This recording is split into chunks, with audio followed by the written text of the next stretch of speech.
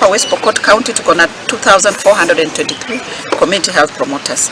Tulishawafanyia training, tumewapatia kits. Sasa leo nimekuja kuhandover smartphones.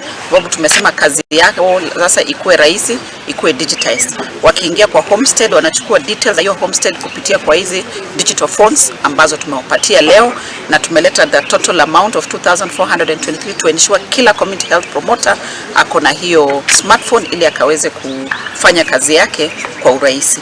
Nafurahi kama gavana, nimepokea waziri wetu wa afya ambaye pia ni jirani wetu.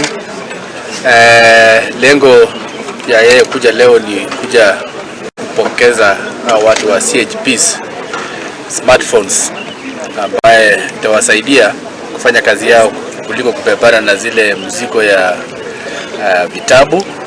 Na nimefurahi sana kukaribisha waziri hapa na PS wake kwa sababu hawa CHPs wanafanya kazi mzuri. Tunashukuru pia serikali kuu kwa sababu ya kits ambapo wamepatia CHPs wote wa West Pokot. Na leo pia nimeleta hizi smartphones ambaye mumeona vile nimepokea na umefurahi sana kwa sababu kazi yao sasa itakuwa rahisi.